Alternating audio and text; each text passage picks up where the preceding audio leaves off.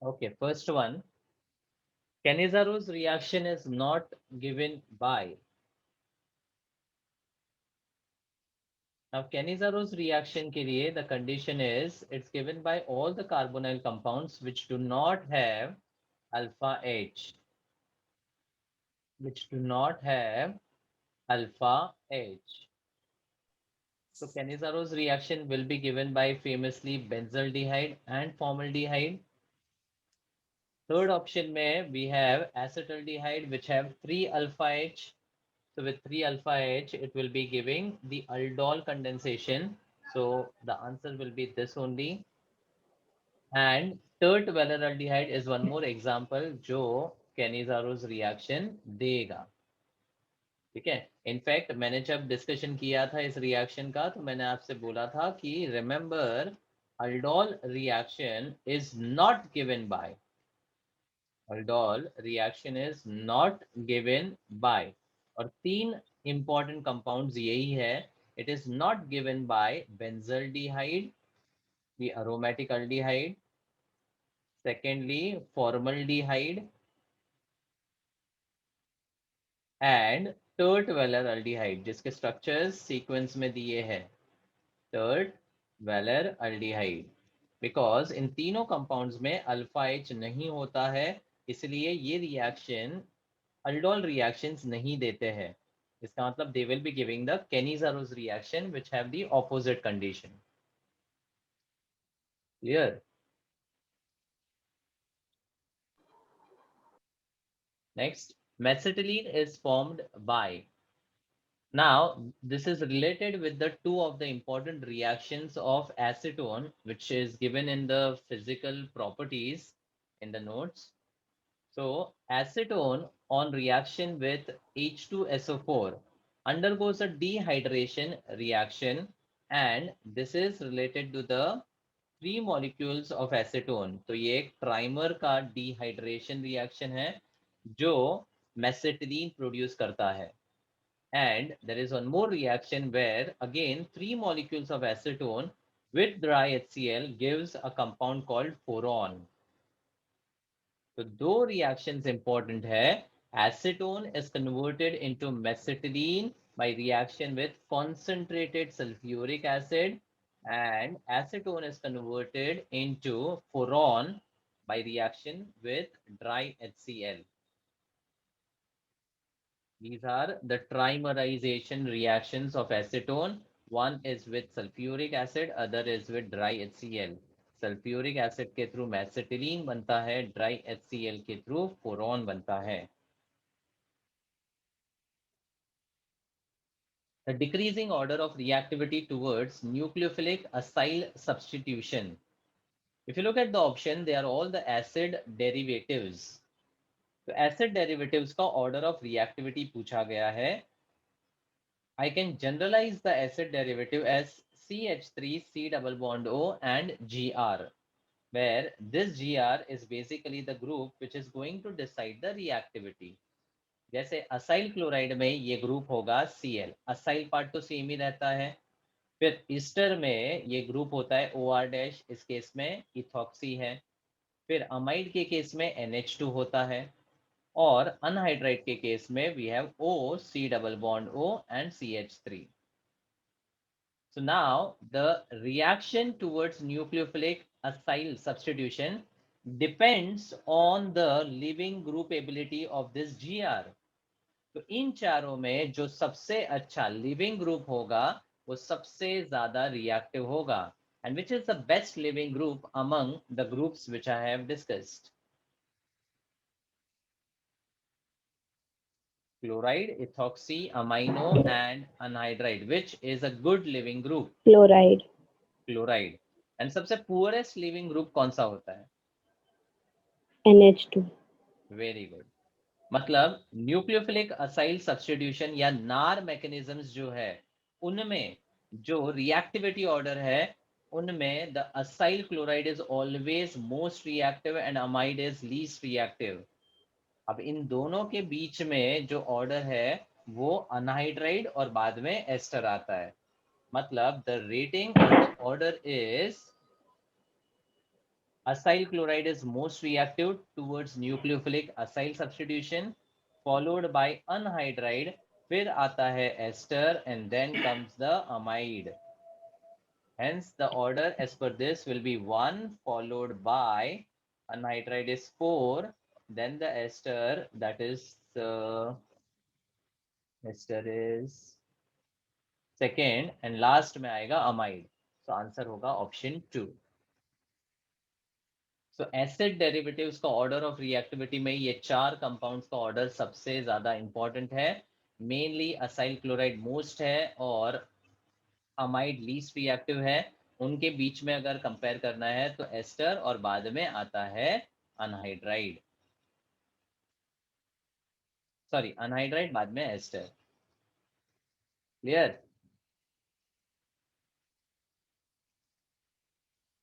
Next, a compound with a molecular formula C4H10O4 on acylation with acidic anhydride gives a compound with molecular formula C12H18 and OH. How many hydroxyl groups are present in the compound?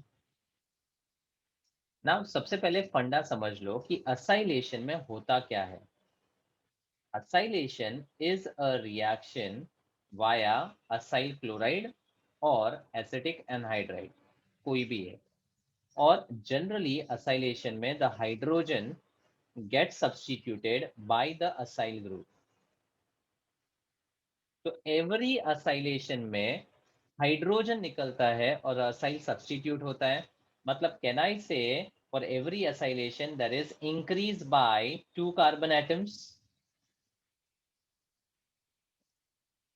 तो जितने भी carbon acylation में बढ़ते हैं, हर 2 carbon के लिए एक acylation होता है. तो now looking at the statement, 4 carbon का organic compound has got converted into 12 carbon. So how many carbons have been increased? 8 carbon बढ़े और हर 2 कार्बन के लिए एक बार असाइलेशन होता है. तो 8 कार्बन के लिए there will be 4 acylation steps possible. That is why the number of OH groups is proportional to the number of steps of acylation. Hence the answer is 4. Clear? Yes, sir. Next we have a sequence of reaction starting with chloromethane and KCN. It undergoes the nucleophilic substitution reaction where chloro की जगह cyano आ गया and we get acetonitrile. Now cyanide का 4H के साथ it will undergo reduction, reduction and cyanide reduces to amine. गलत. Cyanide reduces to Primary amine. very good primary amine. Sakina, you are not supposed to say amine. अगर अब तक आप Yes. Specifically नहीं बोलते हो तो आपका ऑर्गेनिक वीक ही रहेगा. You will always have confusion because when you say amine then again the doubt will be primary बनेगा, secondary बनेगा, tertiary बनेगा. when you remember it as primary amine doubt ही निकल जाता है ना. Yes, sir. So I will always say it's a wrong product when you say amine. Primary amine correct. तो ये Mendius reduction है which gives you ethylamine and then ethylamine with NaO2HCl.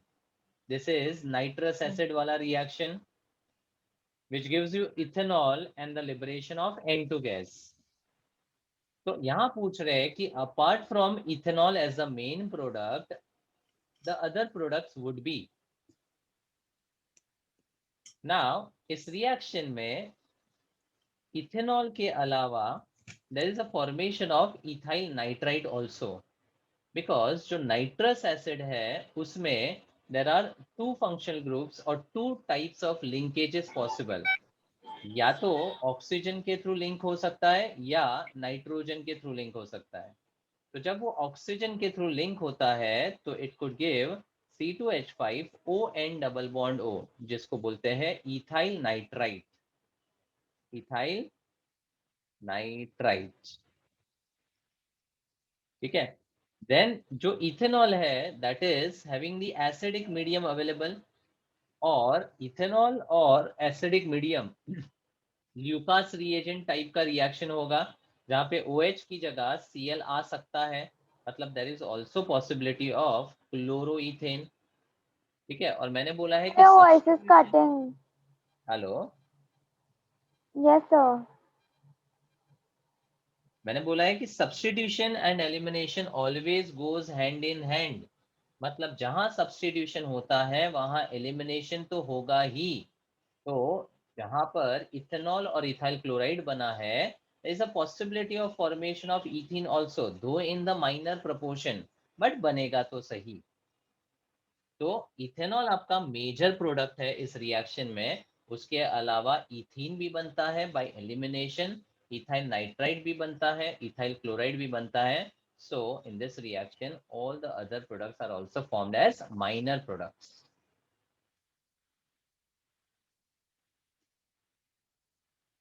Next, a product C was obtained from meta-nitrobenzaldehyde in the following reaction.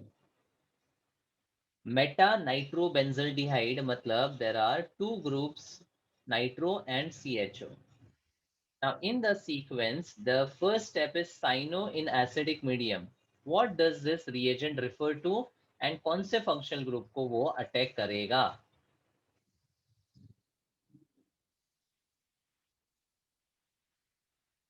Cyano in acidic medium is nothing but hydrocyanic acid.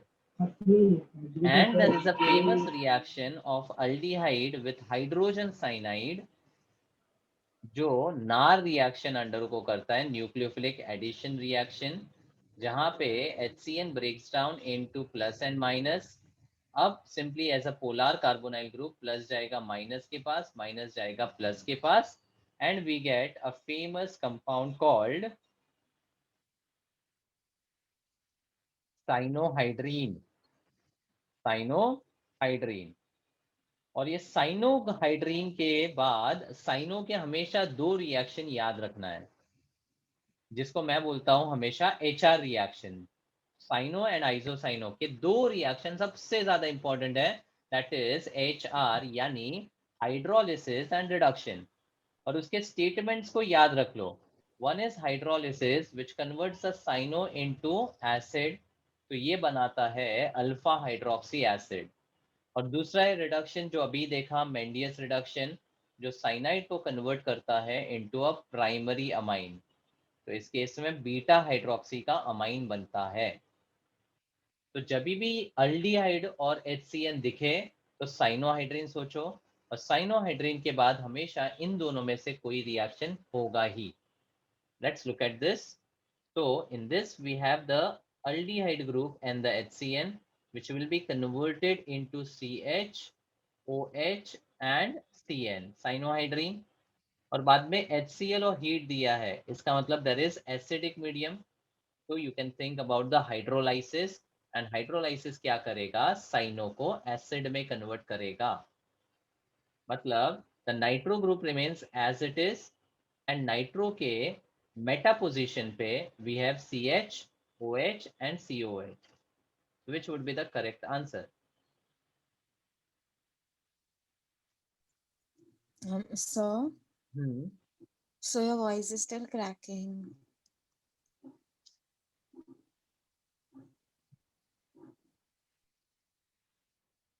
Cracking a lot? I changed the network also.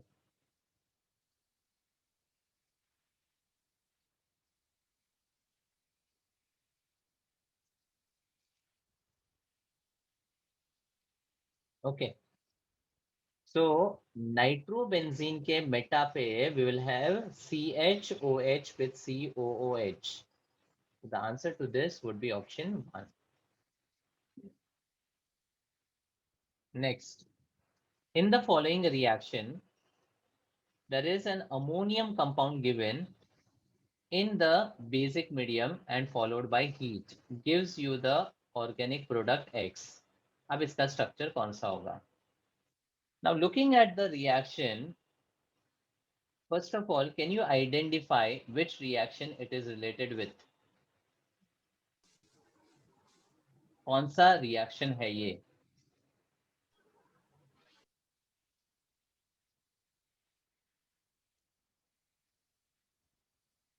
Am I audible to everyone? Yes, sir. Can you identify which reaction it is related with?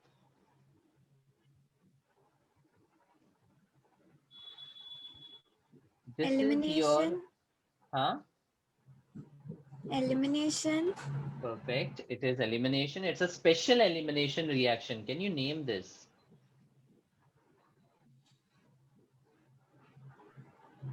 It is anti-Zaitsev Anti. or Hoffman's beta elimination reaction. Hoffman's beta elimination generally takes place when there is a poor living group. इसका एक सबसे important condition है poor living group like the fluoro or the quaternary ammonium hydroxides. तो ये जो आपको दिया हुआ है, this is your quaternary ammonium hydroxide. ठीक है, समझा? Yes, sir. अब दूसरी बात यहाँ पर with respect to the nitrogen, this is the alpha carbon and ये होगा बीटा कार्बन. यहाँ पर भी आइडेंटिकल अल्फा और बीटा होगा. ठीक है, तो इस केस में होता क्या है, दिस नाइट्रोजन एंड कार्बन का bond between the nitrogen and alpha carbon breaks और बीटा से H निकलने के बाद this two carbons gets joined by a double bond. मतलब आपका जो रिंग है वो इस तरह से ब्रेक हो जाएगा and this part will be joined by a double bond. तो ये बॉन्ड टूट गया और इसके बीच में डबल बॉन्ड आ गया. Hence the compound formed would be option C. C would be the correct answer.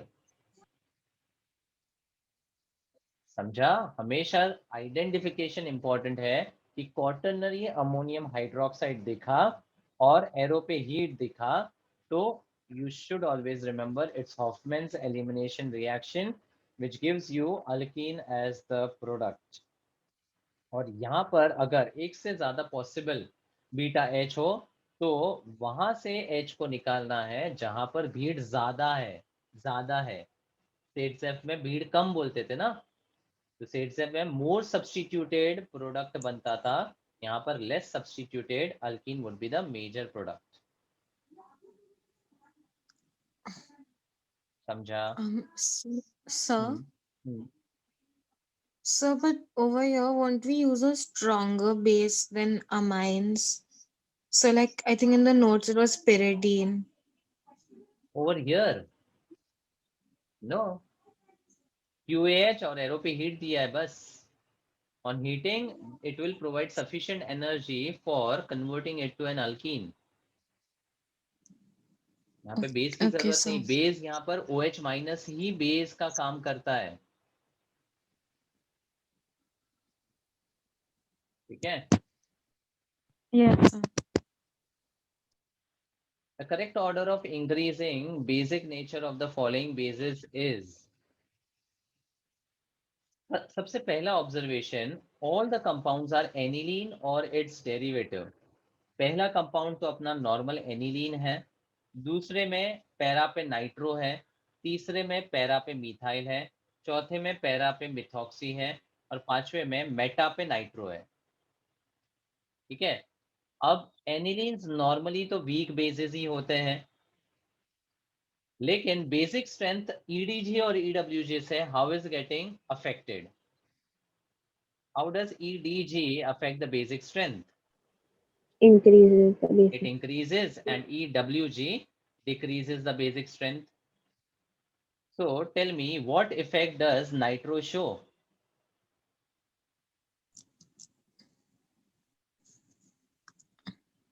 What effect does nitro show? EWG.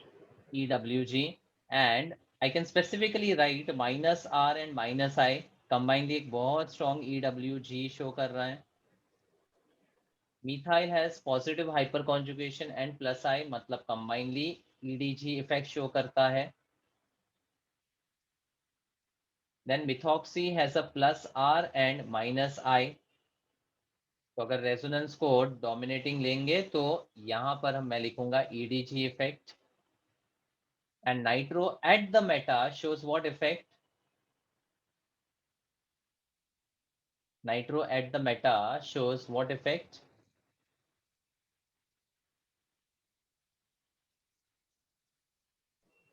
-I.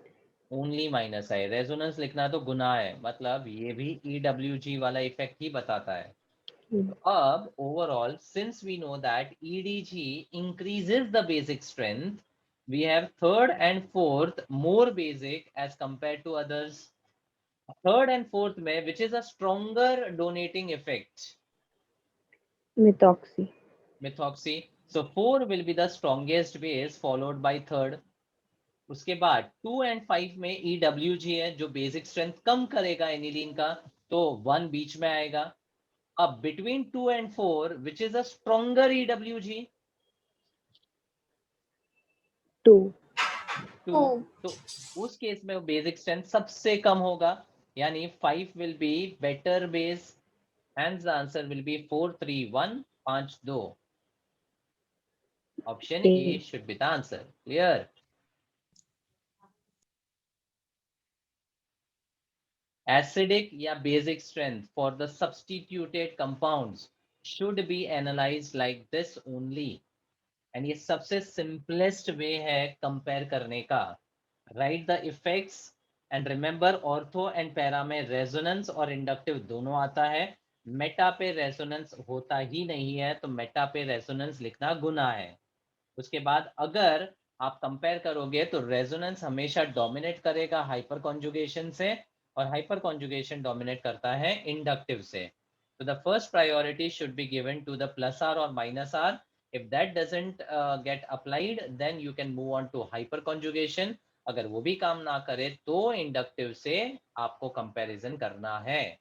And simple tricks है कि ईडीजी होगा तो एसिड की स्ट्रेंथ डिक्रीज करेगा, whereas EWG एसिड की strength को increase करेगा. And vice versa, दो स्टेटमेंट बेसिक स्ट्रेंथ के लिए भी अप्लाई करो तो you get all the comparisons in an easier way.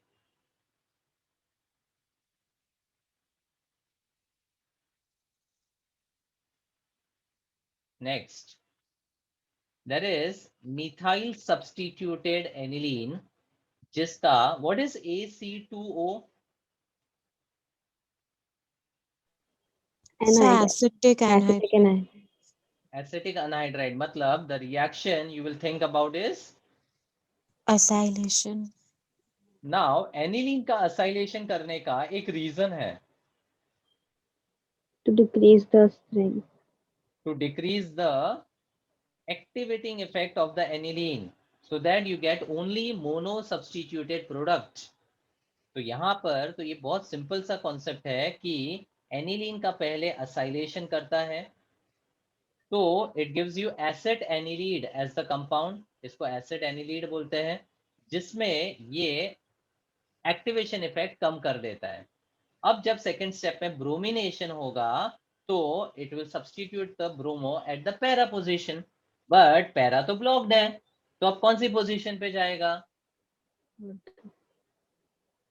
Ortho बचा और मोनो सब्सटीट्यूटेड कंपाउंड बन रहा है, और फिर हाइड्रोलिसिस करने पर वो एनिलीन ग्रुप को वापस NH2 ग्रुप को रीजनरेट करता है. Hence this is your compound C. Simple.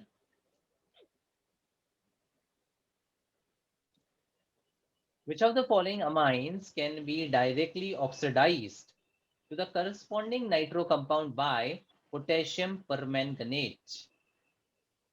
Potassium permanganate is a very strong oxidizing agent. और KMNO4 प्राइमरी अमाइन में डायरेक्ट ऑक्सीडेशन सिर्फ tertiary alkyl bonded to primary amine के groups को करता है. मतलब if NH2 is bonded to the tertiary alkyl then KMnO4 के 3 nascent oxygen oxidise करता है NH2 को, जहां पर 1 ऑक्सीजन एंड 2 हाइड्रोजन एलिमिनेट्स और बाकी 2 ऑक्सीजन NH2 को नाइट्रो में कन्वर्ट कर देता है. So the product of the reaction will be nitro with a third butyl group, meaning the oxidation with KMnO4 for amines is possible only for that primary amine जिस पे tertiary alkyl bonded होता है. Clear?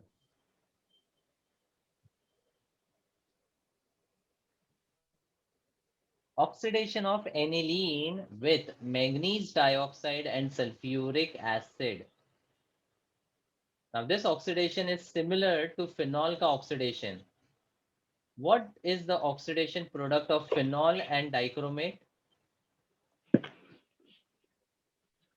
Phenol and dichromate.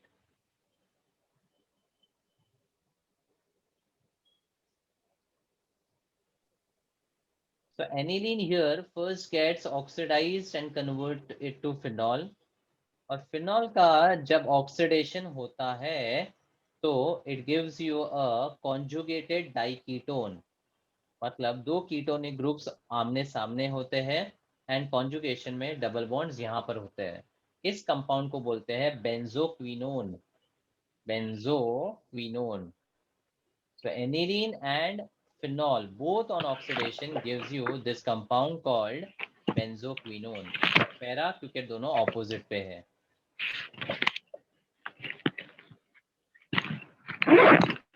Coupling.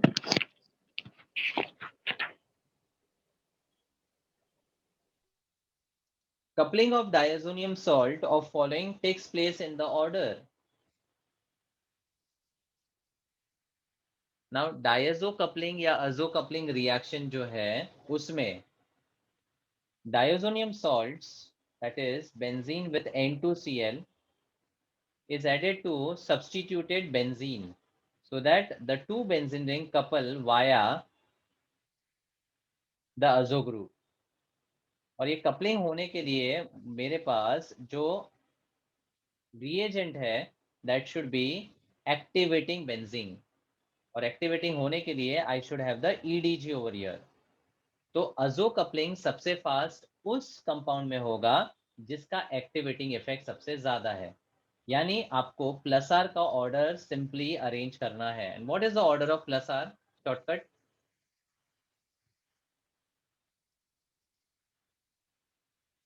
It's पापत. Phenoxide, aniline, phenol, anisole and toluene. तो इसमें सबसे ज्यादा effective अजो कपलिंग फिनॉक्साइड का होगा.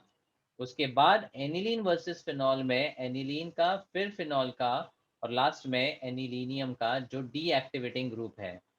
तो 1 के बाद थर्ड के बाद सेकंड के बाद fourth. The answer is a.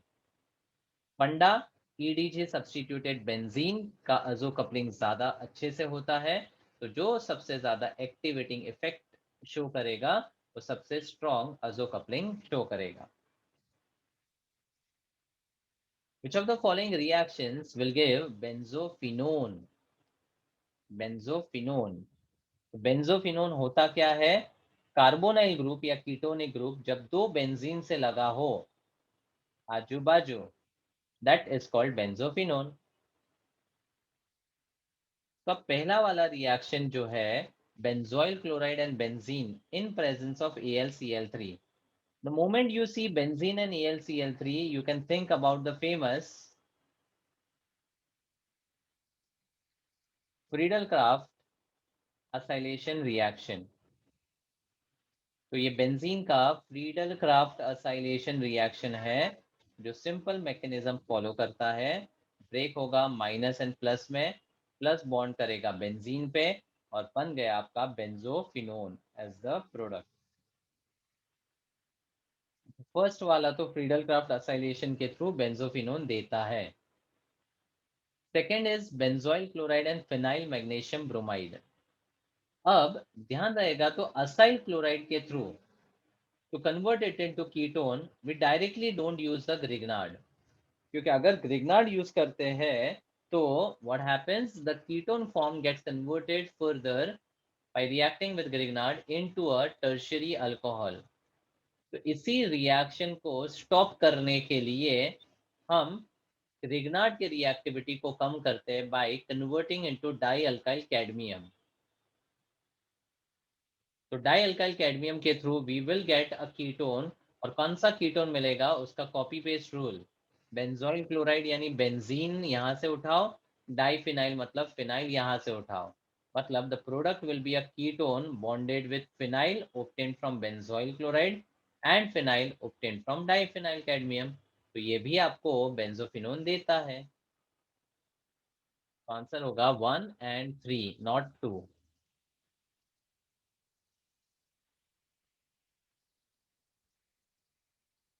Next, acetaldehyde and formaldehyde with alkali on heating gives X, and then HCN followed by hydrolysis gives Y. HCN hydrolysis ये तो स्ट्राइक हो जाना चाहिए. Alpha hydroxy acid. Alpha hydroxy acid. Very good. ठीक है. अब aldehyde के जब भी अल्कली से रिएक्शन हो तो ऑलवेज थिंक अबाउट अल्डोल, कैनिजारोस या haloform. The moment you have a carbonyl functional group that is aldehyde या कीटोन और एरो पे अल्कलाइन मीडियम है और हीट दिया है ना, तो आप तीन रिएक्शन को सोचने का, या तो अल्डोल होगा या कैनिजारोस होगा या तो हेलोफॉर्म होगा. ये बहुत सिंपल ट्रिक है रिएक्शन प्रोडक्ट समझने के लिए. अब इस रिएक्शन में एसिटल्डिहाइड के पास अल्फा एच है और फॉर्मल्डिहाइड के पास नहीं है. तो अगर कार्बोनाइल में अल्फा एच है तो वो अल्डोल ही अंडरगो करेगा. लेकिन अल्डोल में अगर दो अलग अल्डिहाइड्स के बीच में हो रहा है तो उसको क्रॉस अल्डोल बोलते हैं. और उस क्रॉस अल्डोल में अगर एक ही अल्डिहाइड के पास अल्फा एच है तो this becomes a special case of cross aldol, जिसमें the acetaldehyde and formaldehyde in alkaline medium gives you an alpha beta unsaturated aldehyde. और इस कॉन्सेप्ट के दो रिएक्शन मैंने आपको शॉर्ट में याद रखने बोला है. एक तो है आपका फा रिएक्शन और दूसरा है एबीसी रिएक्शन. फा का मतलब होता है फॉर्मल्डिहाइड एंड एसिटल्डिहाइड फॉर्म्स एक्रोलेइन. तो ये अपना फॉर्मल्डिहाइड है, ये एसिटल्डिहाइड है.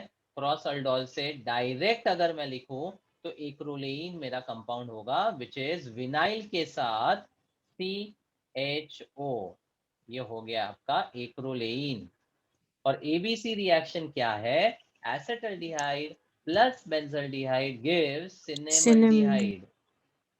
और सिनेमल्डिहाइड के स्ट्रक्चर को याद रखना भी सिंपल है, आपको कुछ नहीं करना है. खाली एक्रोलेइन का एच उड़ाओ फिनाइल लगाओ, एच उड़ाओ फिनाइल लगाओ, एच उड़ाओ फिनाइल लगाओ. तो cinnamaldehyde is C6H5, CH double bond CH and CH double bond O. और अल्डोल के प्रोडक्ट में हमेशा एक खास बात है कि वो अल्फा बीटा कॉन्जुगेटेड कंपाउंड देता है. Alpha beta conjugated carbonyl compound देता है. क्लियर? तो अगर ये आपको फा याद है तो एक्स तो डायरेक्ट था एक्रोलीन, और फिर साइनोहाइड्रीन का हाइड्रोलिसिस में this gets converted into CHOH with cyano, and then cyano उड़ाकर COH लगाओ क्योंकि हाइड्रोलिसिस हो रहा है. तो विनाइल ग्रुप के साथ CHOH COH should be the answer. That's option A. Thought process पहले हमेशा डेवलप करना है कि कार्बोनाइल और अल्कली का जोड़ी दिखा तो तीन ही रिएक्शन दिमाग में आने चाहिए. बेस्ड ऑन द कंडीशन कौन सा रिएक्शन अंडरगो करेगा वो आपको समझ में आ जाएगा, और उसके बाद उसके हिसाब से प्रोडक्ट आप आइडेंटिफाई कर सकते हो.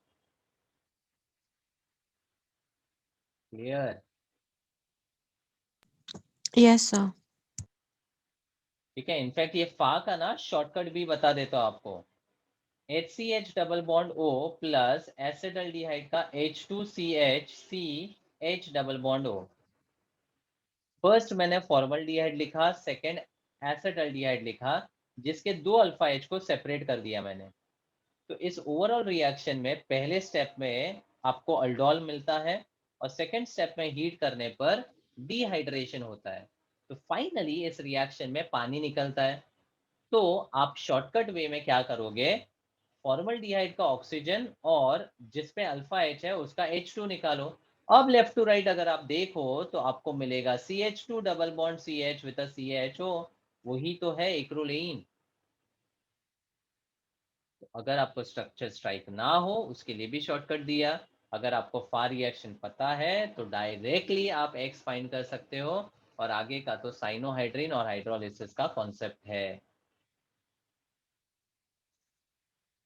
Next, an organic compound X with molecular formula C9H10O gives a positive 2,4-DNP test. 2,4-DNP is the test for Aldehyde. aldehydes and ketones. It's not a test for aldehyde. That's a हाँ misconception. It's a test for carbonyl compound.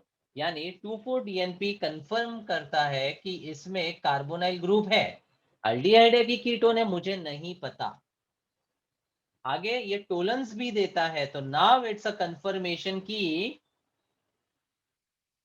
Aldehyde. Aldehyde है। दूसरी बात, C9H10O देखकर इसका DU ढूंढ सकते हो। तो DU के लिए कार्बन डबल करो, +2 करो, माइनस हाइड्रोजन करो, divide by 2। Carbon double +2 minus hydrogen divide by 2, you get 20 minus 10 as 10 by 2, that is 5। अब आपको मैंने बोला है कि अगर DU 4 या 4 से ज्यादा है मतलब कंपाउंड में बेंजीन रिंग तो है ही सही। It's an aromatic compound that is confirm. ये अरोमेटिक अल्डिहाइड बेंजल्डिहाइड हो जाएगा अगर DU और CHO का कॉम्बिनेशन क्लियर है तो। आगे, it undergoes Cannizaro's reaction so that further confirms कि इसमें कोई भी अल्फा H नहीं होना चाहिए। इसका मतलब this CHO is 100% bonded to a benzene ring, and on vigorous oxidation it gives 1,4 benzene dicarboxylic acid। 1,4 di acid दे रहा है विगरस ऑक्सीडेशन पे, यानी इस कंपाउंड में इसके पैरा पे चौथे कार्बन पे कोई तो ऐसा ग्रुप है जो ऑक्सीडाइज होकर COH में बदल रहा है, और अल्डिहाइड तो इजीली ऑक्सीडाइज हो ही जाता है, तब जाके आपको 1,4 एसिड मिलेगा। मतलब just looking at all the parts of the question, you should be in a position to understand it's an aromatic aldehyde with a substitution at para position. And now just by looking at the option, the answer is C. C। C. अच्छा, दूसरा एक और shortcut है। आपको organic compound X find करना है जिसमें 9 carbon है। अब अगर ऑप्शन ए देखो तो बेंजल्डिहाइड यानी 7 कार्बन ही है, तो ये तो ऐसे ही रूल्ड आउट है। ऑर्थो मिथाइल बेंजल्डिहाइड 8 कार्बन है, ये भी रूल्ड आउट है। 2,2 डाइमिथाइल हेक्सेनल हो नहीं सकता क्योंकि इसमें DU 5 सेटिस्फाई नहीं होगा। तो आपको क्वेश्चन के बारे में कुछ भी नॉलेज ना हो तो भी आंसर कर सकते हो अगर ऐसे ऑप्शन आए तो, provided these are the option. समझा? without even knowing any concept related with the question, just by looking at the number of carbon you can answer, and DU के हिसाब से ऑप्शन डी भी उड़ जाता है, तो एक ही ऑप्शन बचा आपके हाथ में। समझता है ये? Yes. Various products formed on oxidation of 2,5-dimethyl hexane 3-one R। हमारे पास एक कीटोन है which is हेक्सेन 3-one वाला कीटोन। तो थर्ड पे कीटोन है, ये 6 कार्बन, इसके सेकेंड पे मिथाइल है और पांचवे पे मिथाइल है। स्केलेटन तैयार, बॉडी बनाओ, आपको मिलेगा this as the compound given as per the nomenclature. ठीक है, अब कीटोन का जो ऑक्सीडेशन होता है ना, वो विगरस ऑक्सीडेशन होता है, और अगर अनसिमेट्रिकल कीटोन है तो उसमें ऑक्सीडेशन सीसी बॉन्ड के क्लीवेज को इन्वॉल्व करता है।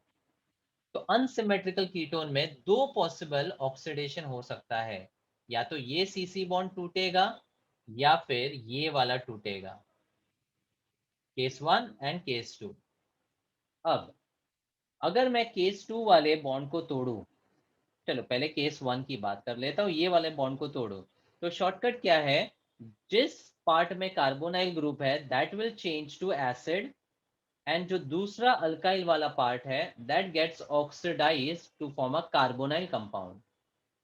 एक बार फिर से, सीसी बॉन्ड जब टूटेगा तो जिस पार्ट में कार्बोनाइल ग्रुप है वो एसिड में बदलेगा, तो इस पार्ट में आपको दिखेगा कि आइसोब्यूटाइल ग्रुप के साथ COH है,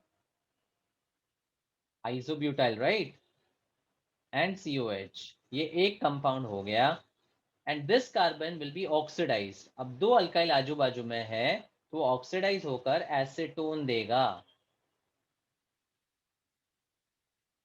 उसके बाद अगर मैं दूसरा केस बताऊं, तो दूसरा ये बॉन्ड जब टूटेगा, केस 2, ठीक है, ये वाला मैंने केस 1 लिया था, तो दूसरे केस में जहां कार्बोनाइल ग्रुप है उधर का एसिड बनेगा, यानी आइसोप्रोपाइल के साथ COH, और दूसरे पार्ट में जब टूटेगा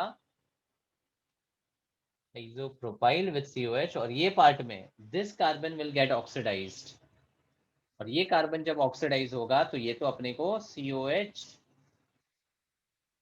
COH और आइसोप्रोपाइल ग्रुप देगा, जो कि सेम ही एसिड है, देखो it is symmetrical, same acid. Clear? अब ऑप्शंस में देखो, आइसोप्रोपाइल विद COH बनता है, आइसोब्यूटाइल विद COH बनता है, acetic acid and formic acid वो हमने ऑब्जर्व किया कि नहीं बन रहा है। ऑप्शंस में देखो तो 1 एंड 2 वाला कॉम्बिनेशन है ही नहीं, इसका मतलब जो कीटोन बन रहा है ना वो फर्दर विगरस ऑक्सीडेशन कर रहा है, और कीटोन का विगरस ऑक्सीडेशन क्या करता है, वापस यहाँ बॉन्ड टूटेगा, तो जब बॉन्ड टूटेगा तो कार्बोनाइल जहाँ है वहाँ एसिड बनेगा, और जहाँ एक कार्बन है वो आपका दूसरा सेम कार्बन वाला एसिड बनाएगा, यानी फॉर्मिक एसिड। यानी यही तो टूट के एसिटिक और फॉर्मिक एसिड भी दे रहा है, यानी सभी प्रोडक्ट्स बन सकते हैं on oxidation of the given ketone. तो ये जो कॉन्सेप्ट है ना, this is called Popoff's rule. Unsymmetrical ketone के ऑक्सीडेशन में मल्टीपल सिनेरियोज के प्रोडक्ट्स जो बनते हैं that is governed by Popoff's rule. Clear?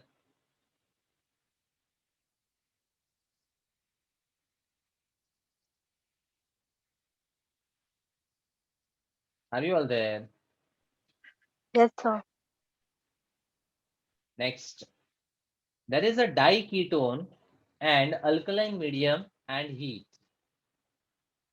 So what should be your thought process to get the product for this?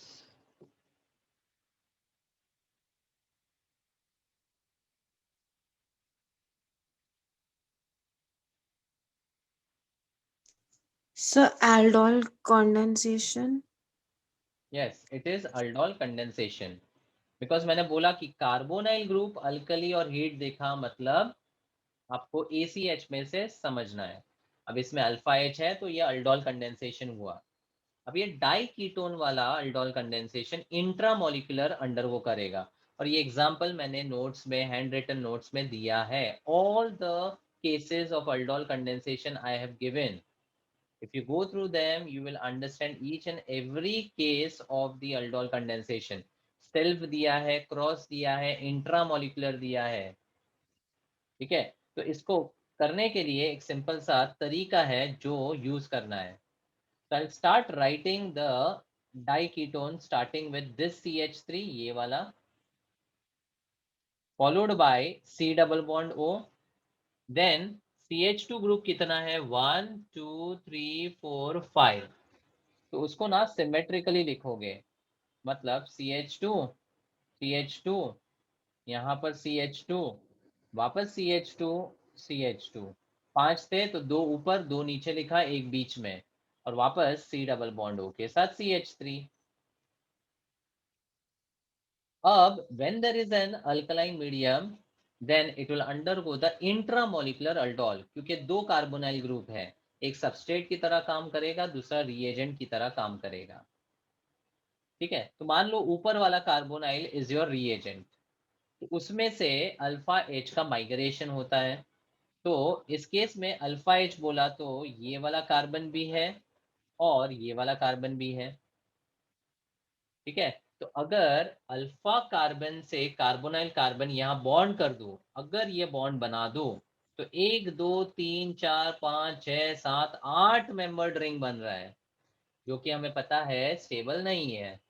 तो दूसरा case, अगर मैं ये वाले अल्फा कार्बन से इसको बॉन्ड करूं, तो आई गेट 1 2 3 4 5 6, और 6 membered ring which is really good because वो स्टेबल होता है। तो पहला तो आपको ये समझना है कि अल्फा एच कौन सा माइग्रेट करेगा, तो रिंग कितने कार्बन का बन रहा है उसके बेसिस पे the identification has to be done. Now as we have decided that the alpha H of this carbon will be involved. अब देखो बहुत सिंपल तरीका है, ये वाला H ऑक्सीजन के साथ बॉन्ड करके कार्बोनाइल ऑक्सीजन को OH में कन्वर्ट करेगा, and then this carbon as a carbon ion will attack on the carbonyl carbon। तो एक स्टेटमेंट हमेशा याद रखना अल्डोल में, alpha H goes to carbonyl oxygen and the alpha carbon attacks the carbonyl carbon.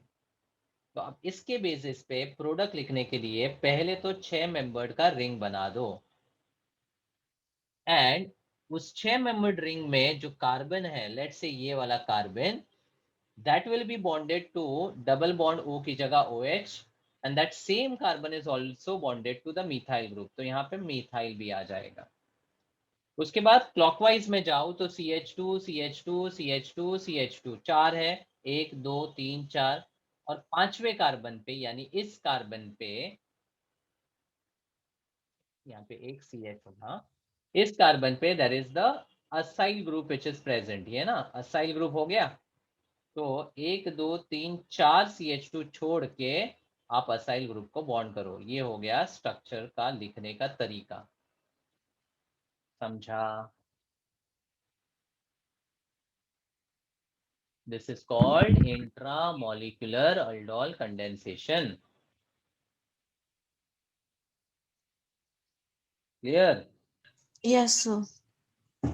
अब जब heat देते हैं, इसका मतलब एक्चुअली ये तो बन गया अल्डोल, हीट के बाद वो कंडेंसेशन होता है जिसमें अल्फा का H और बीटा का OH जाता है। तो कार्बोनाइल के बाजू में ये अल्फा है, ये बीटा है, तो अल्फा से H जाएगा, बीटा से OH जाएगा, इन दोनों के बीच में बनेगा double bond. Hence we get the product as a cyclohexene with a methyl over here now and the acetyl group bonded। So I should get a acetyl and methyl adjacent पे, और उन दोनों के बीच में डबल बॉन्ड एक ही structure में दिख रहा है, that's option 2 and this will be the answer.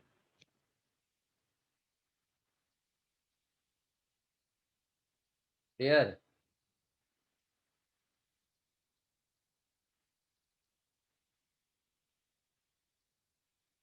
Acetic acid when heated with MnO2 at 300 degrees Celsius। Now carboxylic acids when it is heated with MnO2 undergoes a decarboxylation reaction, decarboxylation reaction at 573 Kelvin। और उसके decarboxylation में 2 moles consume होता है, चाहे वो same acid हो या different acid हो, 2 मोल कंज्यूम होगा। तो इसमें सबसे पहले तो H और OH H2O के फॉर्म में निकलता है, प्लस एस आई सेड ये डीकार्बोक्सिलेशन अंडरगो करेगा, यानी CO2 का रिमूवल होगा, प्लस जो भी बचा वो आपका प्रोडक्ट यानी methyl ketone methyl CH3 C double bond O and CH3। मतलब acetic acid with MnO2 on heating gives acetone as the product। Next, you have the amide which is given, which on treatment with sulfuric acid gives you some compound, followed by hydrolysis gives you some different compound.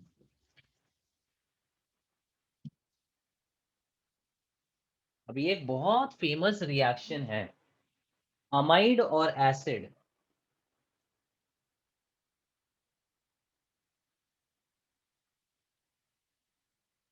Amide in acidic medium undergoes Beckmann's rearrangement.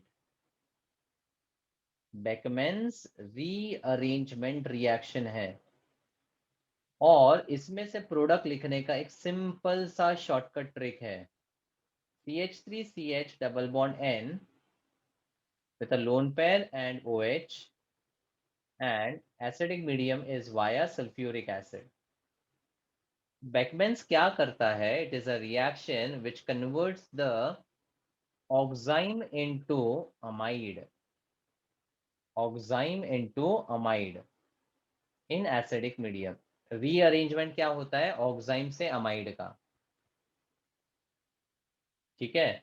अब यहाँ पे एक बहुत important चीज है कि जो भी अमाइड बनेगा उसमें the group which is getting migrated in the rearrangement has to be anti-2OH. The only rule and the most important part in Beckmann's rearrangement product is, you remember, anti-2OH वाला group migrate करता है. यानी OH अगर यहाँ पर है तो उसके एंटी पे मिथाइल है, तो that group is going to migrate to the nitrogen atom. कहाँ माइग्रेट करेगा? नाइट्रोजन पे. तो माइग्रेट करने के बाद जो अमाइड बनेगा that will be HC double bond O NH with a methyl group. So this is the Beckmann's rearrangement which converts or rearranges oxime into amide. और कौन सा अमाइड बनेगा will be decided by the migration with a condition or the rule that it has to be anti to the OH. और फिर amide का hydrolysis करते हैं. तो अमाइड जब हाइड्रोलाइज करेगा तो कार्बोनाइल OH के साथ एसिड बनाएगा, NHH के साथ अमाइन बनाएगा. The product of the reaction would be formic acid and methylamine. Formic acid and methylamine. Answer is option 3. Very important reaction. Next, Clemenson's reduction cannot be used to convert carbonyl group into CH2 group only in which of the following. और उसी के नीचे बोला है Wolff-Kishner reduction cannot be used. अब Clemenson's and Wolff-Kishner reduction दोनों ही carbonyl को reduce करता है इनटू मिथाइलिन ग्रुप, लेकिन दोनों के रिएजेंट अलग है. Clemenson's reduction uses zinc amalgam and HCl concentrated. मतलब the medium of the reaction is acidic. Wolff-Kishner use करता है NH2 hydrazine followed by reaction with KOH in ethylene glycol. यानी the medium of the reaction for Wolff-Kishner is basic.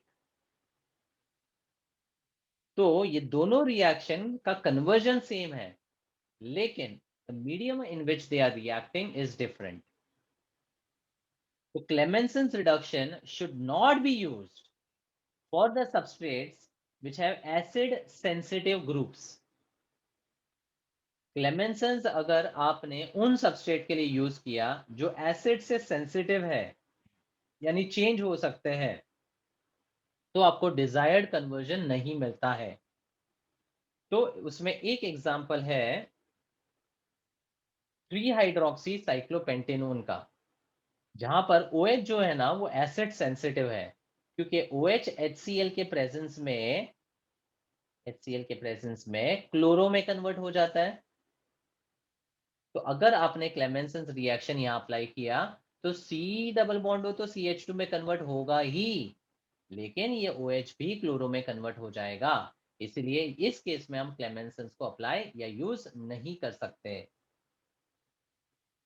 और Wolff-Kishner ऐसे compound के लिए ना use करना चाहिए जिसमें बेस सेंसिटिव ग्रुप्स हो.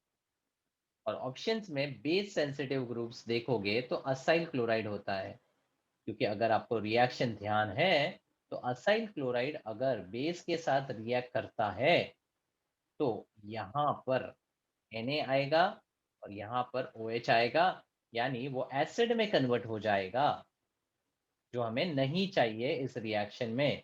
रिएक्शन में सिर्फ कार्बोनाइल अल्डिहाइड कीटोन को मिथाइलिन में कन्वर्ट करना है, बाकी ग्रुप्स को अफेक्ट नहीं करवाना है। इसलिए वॉल्फ क्वेश्चनर हम इसके लिए यूज नहीं कर सकते हैं। आई होप द फंडा is clear.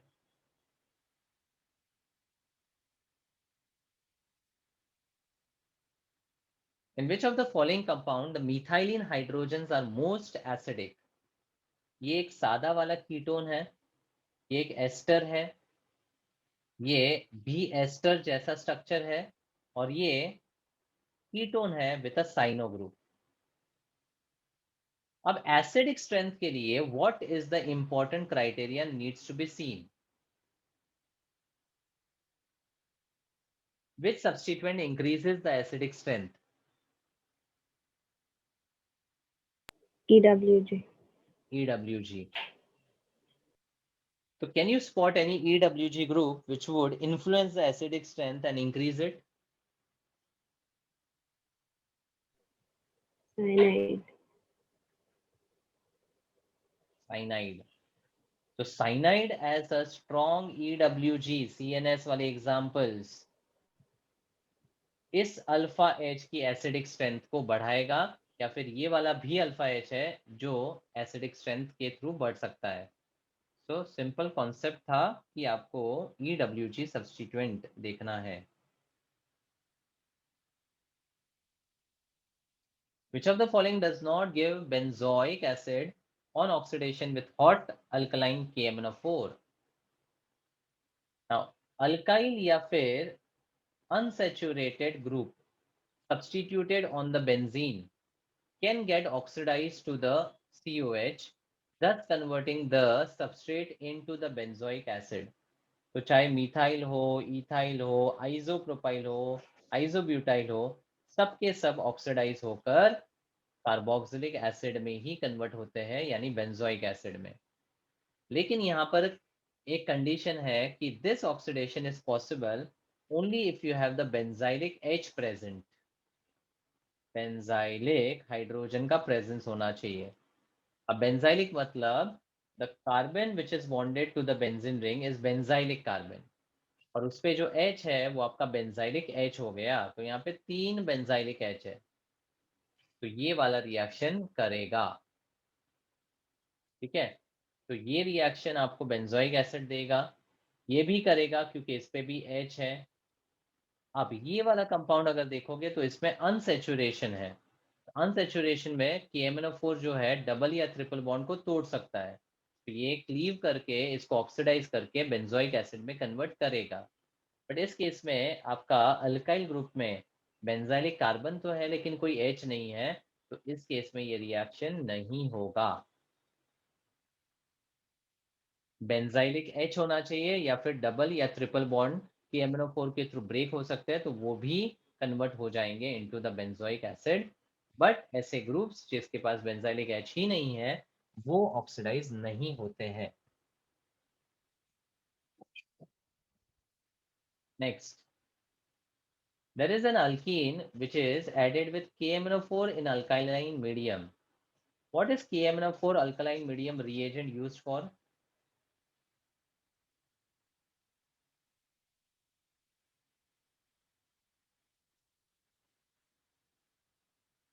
Cold alkaline KMnO4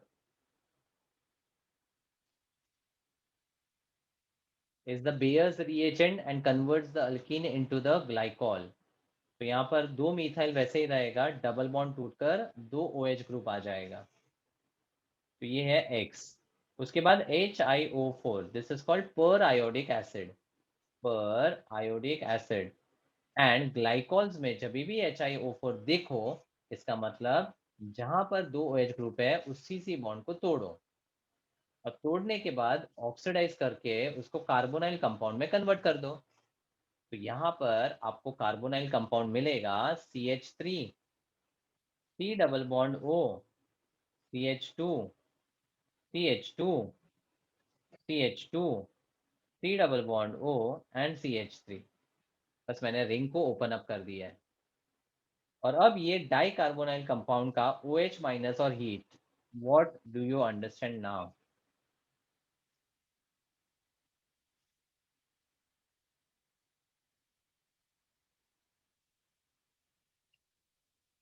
simple है, डाई कार्बोनाइल अल्कली, क्या कॉम्बिनेशन सोचोगे?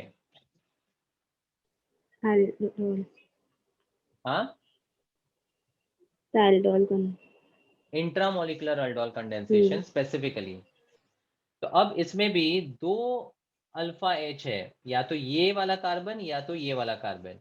अब इससे अगर इसको बॉन्ड करो तो आपको मिलता है 1 2 3 4, which is absolutely not a good product because 4 membered ring stable नहीं है। तो इस केस में अगर इस कार्बन से मैं लेट्स से थोड़ा रीअरेंज करता हूँ, यहाँ सी डबल बॉन्ड हो और यहाँ CH3, इस कार्बन के थ्रू कनेक्ट करता हूँ तो मुझे मिलता है 1 2 3 4 5 और 6 मेंबर्ड रिंग। क्लियर? तो इधर का जो अल्फा का H है वो जाएगा कार्बोनाइल ऑक्सीजन के पास, and this alpha carbon will be attacking the carbonyl carbon. अब अगर इतना समझ में आ गया तो मैंने आपको बोला कि 6 मेंबर्ड रिंग बन रहा है, चारों ऑप्शन में एक ही 6 मेंबर्ड रिंग दिख रहा है, तो आंसर आपका ए है। बाकी ऑप्शन देखना भी नहीं है। ये मार्क किया है तो ये आंसर दिया है क्या? Yes, जिसने sir, भी I डाउट guess. भेजा है, I have sent. अगर ये दिया है तो गलत है, Okay. अगर ये दिया है तो ये गलत है। The answer has to be 1 only. Hmm. ठीक है? इनफैक्ट Yes, इसका sir. एक सिंपल फंडा भी है। फोर्थ आंसर क्यों नहीं हो सकता? आप देखोगे तो 7 मेंबर्ड रिंग है plus carbon outside. How many total carbon do you सी?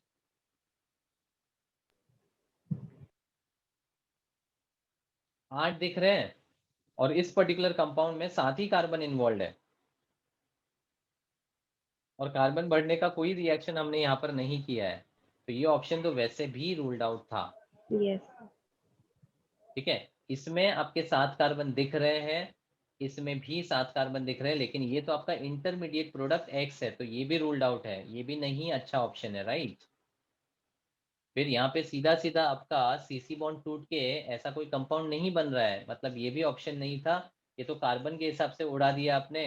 तो वैसे भी देखोगे तो एक एजुकेटेड गैस अगर आपको करना है, टाइम ना हो, और आपको एक अच्छा गैस करना है to get a higher probability of getting this correct, then you can guess it with applying this simple concept.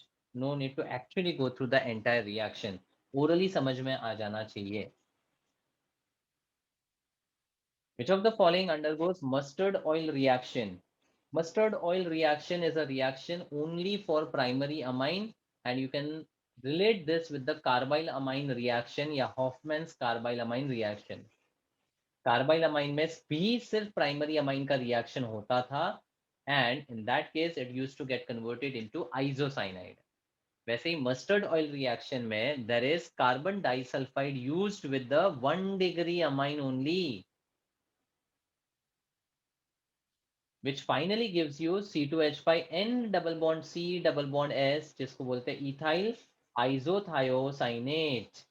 जैसे कार्बाइल अमाइन में आइसोसाइनाइड बनता था, इसके अंदर आइसोथायोसाइनेट बनता है, क्योंकि मस्टर्ड ऑयल का स्मेल शो करता है।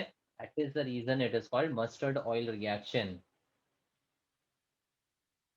ठीक है? रिएक्शन ना भी याद हो चलेगा, इतना ही याद रखना है कि mustard oil carbylamine reaction सिर्फ और सिर्फ और सिर्फ प्राइमरी अमाइन देते हैं। Secondary amine on oxidation with caro's acid is, caro's acid में खास बात क्या है? There is a presence of the oxygen. O linkage में से ओ निकल सकता है ना। कारोस का मतलब क्या होता है? H2SO5। it can immediately give off the nascent oxygen and produce a stable sulfuric acid. तो जब भी कोई कंपाउंड को कारोस या मार्शल्स एसिड से रिएक्ट करो, the H should be oxidized into the OH. H should be oxidized to the OH. बस इतना ही है, और प्लस H2SO4 बाहर निकल जाएगा. अब इस कंपाउंड को ध्यान से देखो तो it's a derivative of hydroxyl amine, जिसको NH2OH का फॉर्मूला होता है. तो ये हाइड्रोक्सिल अमाइन में जब दोनों हाइड्रोजन को दो अल्काइल से रिप्लेस कर दो तो मिलेगा die alkyl hydroxyl amine in one.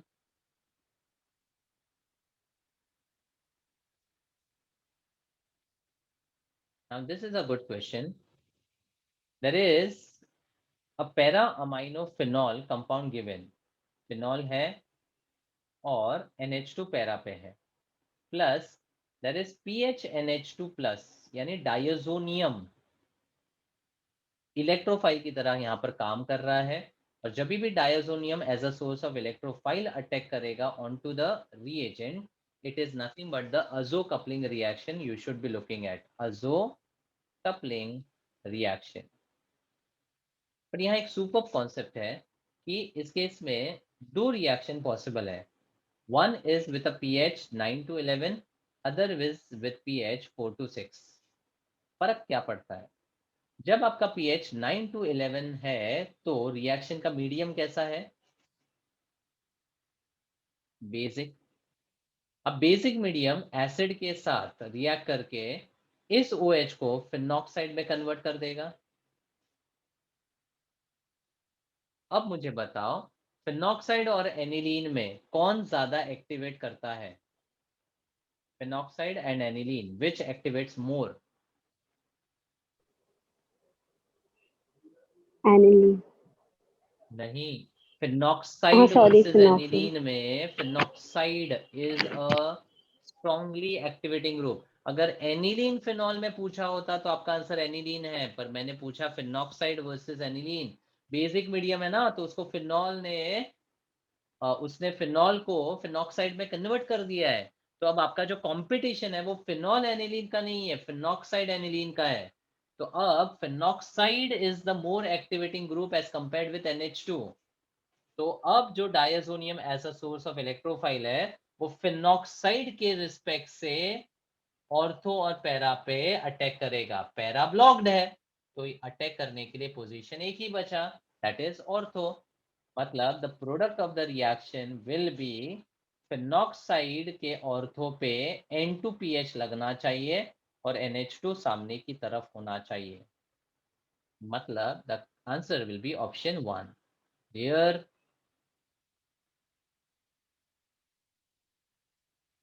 बोलो. और जब केस 2 में मीडियम एसिडिक है तो इस केस में तो फिनॉक्साइड नहीं बन रहा है. Yeah. तो अगर एसिडिक मीडियम में फिनॉक्साइड ना बना तो एनिलीन आपका ज्यादा एक्टिवेटिंग है, मतलब इस केस में डोमिनेट करने वाला NH2 है. तो अब इलेक्ट्रोफाइल इसके ऑर्थो पे जाके सब्स्टिट्यूट करेगा, तो NH2 के ऑर्थो पे N2PH आया, तो आंसर 2 है. खत्म. कोई मैकेनिज्म की जरूरत नहीं है, खाली सिंपल फंडा सोचना है एक्टिवेशन इफेक्ट का. बड़े बड़े मैकेनिज्म्स मैं बता सकता हूँ बट जरूरत नहीं है. अगर क्वेश्चन ऐसे ही सॉल्व हो रहा है तो why to understand the mechanism in depth? Understand the simple funda. आगे, बेंजीन का HNO3H2SO4 मतलब nitration reaction followed by ammonium sulphide.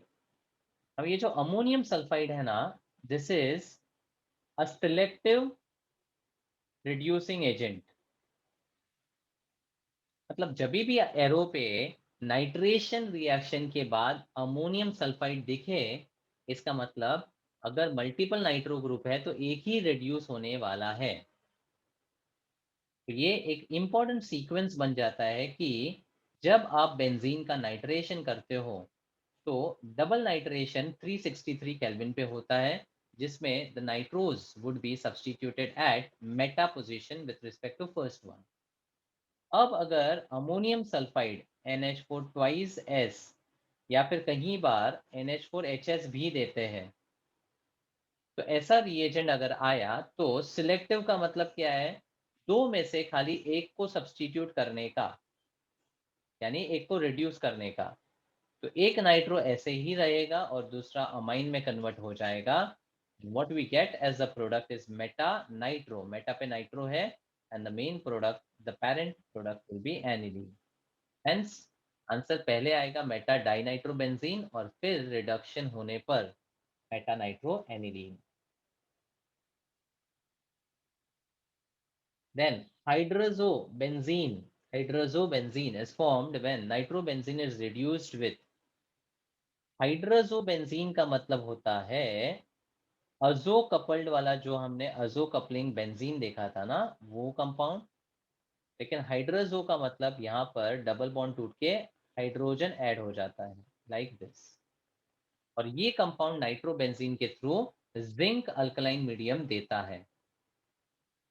Volume 5 में मैंने रिडक्शन के पार्ट में रिडक्शन ऑफ नाइट्रोबेंजीन का पूरा सीक्वेंस, एक पेज रिएक्शंस दिया है, उसमें ये सारे रिएक्शंस आपको मिल जाएंगे। Volume 5 reduction part, the last reaction of reduction which has all the reactions of reduction of nitrobenzene.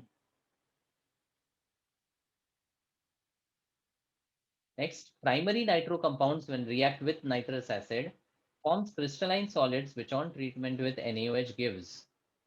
ये नाइट्रोअल्किन का टेस्ट है between the primary, secondary and tertiary, और इसका भी एक सिंपल सा शॉर्टकट है।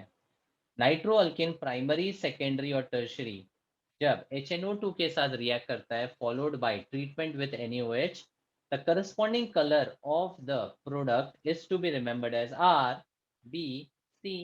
यानी प्राइमरी हो तो रेड, सेकेंडरी हो तो ब्लू, टर्शियरी हो तो नो रिएक्शन, जिसमें कोई कलर चेंज नहीं होता है, यानी कलरलेस। तो that can be remembered as RBC। Nitroalkane का प्राइमरी, सेकेंडरी, टर्शियरी क्या क्या देता है?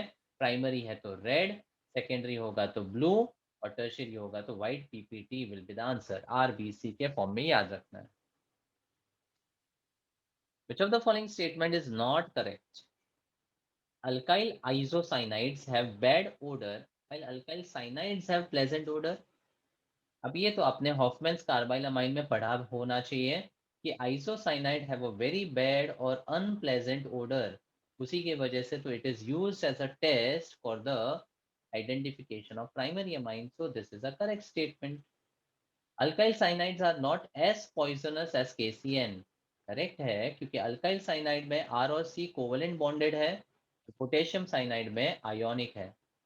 तो ये वाला जो है बहुत जल्दी डिसोसिएट हो सकता है, अगर बॉडी में कंज्यूम किया तो it can be really very very poisonous. So this is correct. Alkyl cyanides have lower boiling point than the corresponding alkyl isocyanide. ये गलत है। RNC हो या RCN हो, इसका मोलर मास तो सेम ही है ना, क्योंकि ये एक दूसरे के क्या है? Isomer. आइसोमर्स। और आइसोमर्स के लिए अगर मॉलिक्यूलर फॉर्मूला सेम हो, मोलर मास सेम हो, तो उसका बॉइलिंग पॉइंट में फर्क नहीं आता है। तो ये गलत है, तो यही आंसर भी है। And then acetonitrile is soluble in water but methyl carbyl amine is not. Question ये, स्टेटमेंट ये है कि साइनाइड पानी में डिसॉल्व कर जाता है, बट उसी का जो आइसोमर है RNC वो पानी में डिसॉल्व नहीं करता है, क्योंकि साइनाइड के केस में नाइट्रोजन में पोलैरिटी है जो वाटर के साथ H बॉन्ड बना सकता है। आइसोसाइनाइड्स के केस में वाटर के साथ H बॉन्ड नहीं बन सकता। H बॉन्ड बनने के लिए there should be hydrogen bonded और अटैच्ड विथ फोन। फोन यानी फ्लोरीन, ऑक्सीजन और नाइट्रोजन। तो यहाँ पर तो कोई भी तरह का स्ट्रॉन्ग इंटरेक्शन हो ही नहीं रहा है, इसीलिए आइसोसाइनाइड मिथाइल कार्बाइलामाइन डिसॉल्व नहीं करता है। This is a correct statement. Clear?